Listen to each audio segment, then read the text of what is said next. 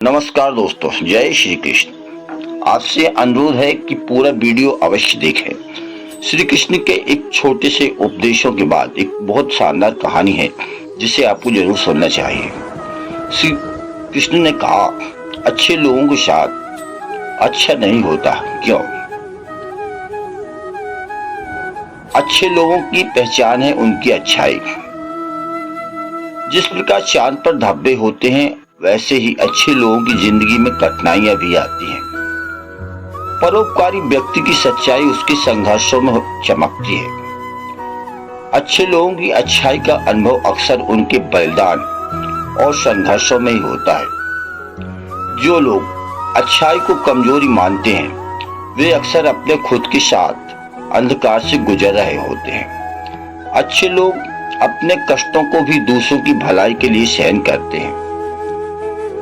सच्ची अच्छाई उन लोगों से अधिक मूल्यवान है जो खुद को महान मानते हैं। अच्छे लोगों के साथ बुरा होने का मतलब यह नहीं कि वे गलत है, बल्कि यह कि वे उच्च मार्ग पर चल रहे होते हैं। आगे श्री कृष्ण ने कहा, जो परोपकार के लिए जीते हैं, उन्हें परखने वाले अक्सर उनके अच्छे इरादों को नहीं समझ पाते।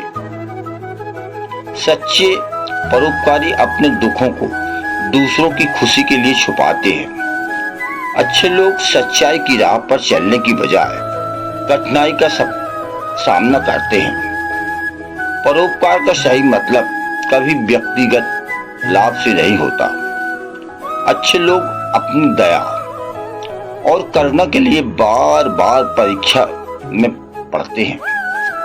सच्ची अच्छाई केवल बाहरी परिस्थितियों से नहीं मापी जाती, बल्कि दिल की गहराइयों से समझा जाता है। परोपकारी व्यक्तियों को समझने के लिए हमें उनके कष्टों को भी समझना चाहिए। अच्छे लोग अपने आप में अडिग रहते हैं, चाहे दुनिया कितनी भी उन्हें जज करे। जो सच्चे परोपकारी होते हैं, वे कभी अपने कार्यों का मूल्यांकन खुद नहीं करते। अच्छे लोगों की अच्छाई उनके संघर्षों में ही स्पष्ट होती है। धन और सामर्थ्य का सही उपयोग तब होता है जब वह दूसरों की भलाई में लगाया जाए। आइए दोस्तों, हम एक छोटी सी कहानी के माध्यम से समझते हैं कि अच्छे लोगों के साथ अच्छा क्यों नहीं होता। नरेंद्र एक छोटे से गांव में अपने परिवार के साथ रहता था।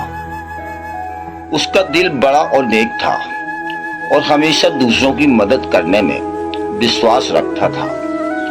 गांव में सभी उसकी अच्छाई के कायल थे, लेकिन उसकी खुद की जिंदगी में निरंतर संघर्ष था।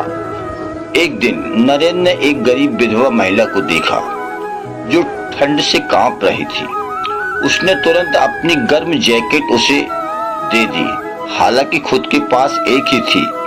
लोग उसकी इस दया पर वाहवाही करने लगे, लेकिन किसी ने उसकी खुद की परेशानी की तरफ ध्यान नहीं दिया।